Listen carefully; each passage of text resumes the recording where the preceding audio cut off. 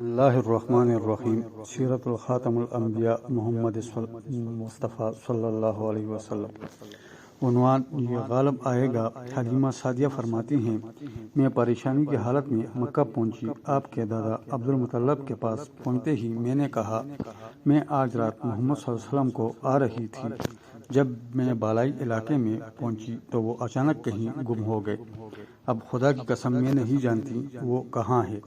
عبد المطلب یہ سن کر فوراً کعبہ کے پاس کھڑے ہو گئے۔ انہوں نے آپ کے مل جانے کے لیے دعا کی، پھر آپ کی تلاش میں روانہ ہوئے۔ ان کے ساتھ ورقہ بن نوفل بھی تھے۔ غرض دونوں تلاش کرتے کرتے تہامہ کی وادی میں پہنچے۔ ایک درخت کے نیچے انہیں ایک لڑکا کھڑا نظر آیا۔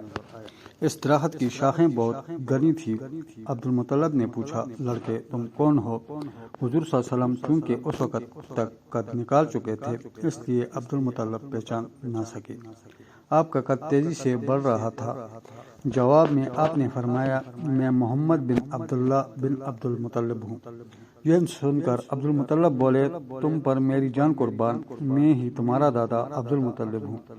پھر انہوں نے آپ کو اٹھا کر سینے سے لگایا اور رونے لگے۔ آپ کو گھوڑے پر اپنے آگے بٹھایا اور مکہ کی طرف چلے۔ گھر آ کر انہوں نے بکریاں اور گائیں ذبح کی اور مکے والوں کی دعوت کی۔ آپ کے مل جانے کے بعد حضرت حلیمہ سعدیہ حضرت آمنہ کے پاس آئی تو انہوں نے پوچھا، حلیمہ اب آپ بچے کو کیوں لے آئیں؟ آپ کی تو خواہش تھی کہ یہ ابھی آپ کے پاس اور رہے۔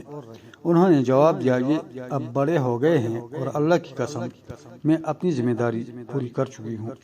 میں خوف محسوس کرتی رہتی ہوں کہ کہیں انہیں کوئی حادثہ پیش نہ آ جائے، لہٰذا انہیں آپ کے سپرد کرتی ہوں۔ حضرت آمنہ کو یہ جواب سن کر حیرت ہوئی، بولی، مجھے سچ سچ بتاؤ ماجرا کیا ہے؟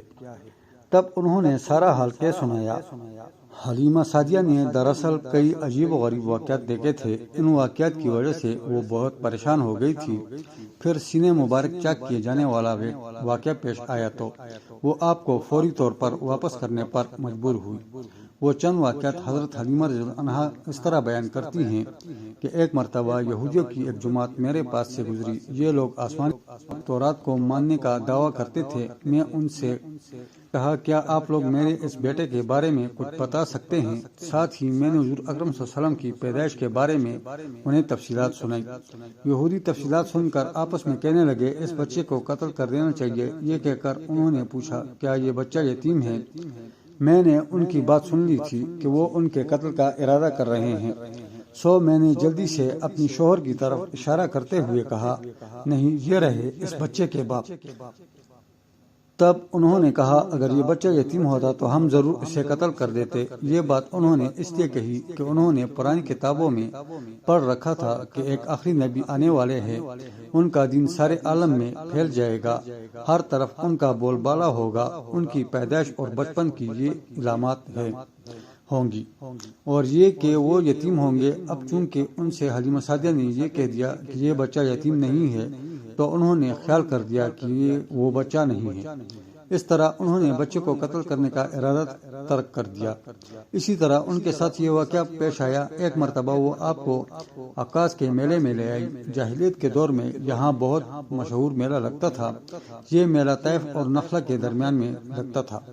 عرب کے لوگ حج کرنے آئے تو شوال کا مہینہ اسی میلے میں گزارتے، کھیلتے کودتے اور اپنی بڑائیاں بیان کرتے۔ حلیمہ سعدیہ رضی اللہ عنہا آپ کو لیے بازار میں گھوم رہی تھی کہ ایک کاہن کی نظر آپ پر پڑی۔ اسے آپ میں نبوت کی تمام علامات نظر آگئی۔ اس نے پکار کر کہا، لوگوں اس بچے کو مار ڈالو۔ حلیمہ اس کاہن کی بات سن کر گھبرا گئی اور جلدی سے وہاں سے سرک گئی۔ اس طرح اللہ تعالیٰ نے حضور صلی اللہ علیہ وسلم کی حفاظت فرمائی۔ میلے میں موجود لوگوں نے کاہن کی آواز سن کر ادھر ادھر دیکھا کہ کس بچے کو قتل کرنے کے لیے کہا گیا ہے، مگر انہیں وہاں کوئی بچہ نظر نہیں آیا۔ اب لوگوں نے کاہن سے پوچھا، کیا بات ہے، آپ کس بچے کو مار ڈالنے کے لیے کہہ رہے تھے؟ ان لوگوں کو بتایا کہ میں نے ابھی ایک لڑکے کو دیکھا ہے، معبودوں کی قسم وہ تمہارے دین کے ماننے والوں کو قتل کرے گا، تمہارے بتوں کو توڑے گا اور وہ تم سب پر غالب آئے گا۔ یہ سن کر لوگ آپ کی تلاش میں ادھر ادھر دوڑے لیکن ناکام رہے۔ حلیمہ سعدیہ رضی اللہ عنہا آپ صلی اللہ علیہ وسلم کو لیے واپس آ رہی تھی کہ ذوالحجاز سے ان کا گزر ہوا۔ یہاں بھی میلہ لگا ہوا تھا۔ اس بازار میں ایک نجومی تھا، لوگ اس کے پاس اپنے بچوں کو لے کر آئے تھے۔ وہ بچوں کو دیکھ کر ان کی قسمت کے بارے میں اندازے لگاتا تھا۔ حلیمہ سعدیہ ان کے نزدیک سے گزری تو نجومی کی نظر حضور پاک صلی اللہ علیہ وسلم پر پڑی۔ نجومی کو آپ صلی اللہ علیہ وسلم کی مہر نبوت نظر آ گئی، ساتھ ہی آپ صلی اللہ علیہ وسلم کی آنکھوں کی خاص سرخی اس نے دیکھ لی۔ وہ چلا اٹھا، اے عرب کے لوگوں، اس لڑکے کو قتل کر دو، یہ یقیناً تمہارے دین کے ماننے والوں کو قتل کرے گا، تمہارے بتوں کو توڑے گا اور تم پر غالب آئے گا۔ یہ کہتے ہوئے وہ آپ کی طرف جھکا، لیکن اسی وقت وہ پاگل ہو گیا اور اسی پاگل پن میں مر گیا۔ ایک اور واقعہ سیرت ابن ہشام میں ہے کہ حبشہ کے عیسائیوں کی ایک جماعت حضور صلی اللہ علیہ وسلم کی پاس سے گزری۔ اس وقت آپ صلی اللہ علیہ وسلم حلیمہ سعدیہ کے ساتھ تھے اور آپ کو آپ کے والدہ کے حوالے کرنے جا رہی تھی۔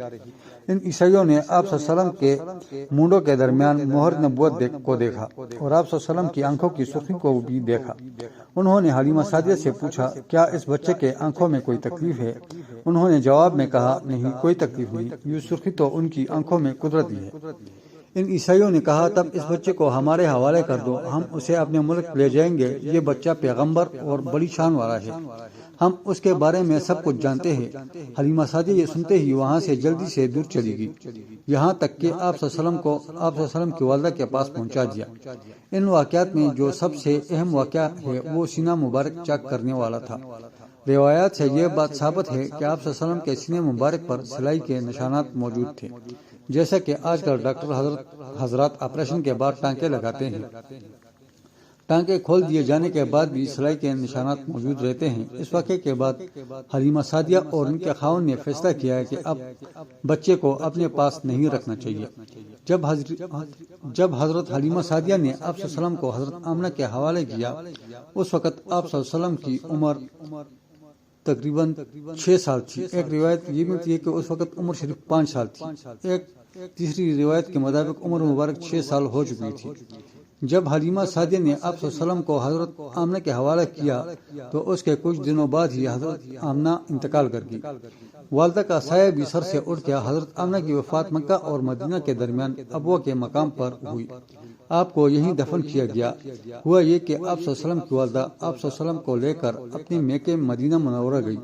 آپ صلی اللہ علیہ وسلم کے ساتھ ام ایمن بھی تھی۔ ام ایمن کہتی ہیں کہ ایک دن مدینہ کے 2 یہودی میرے پاس آئے اور بولے، ذرا محمد کو ہمارے سامنے لاؤ، ہم انہیں دیکھنا چاہتے ہیں۔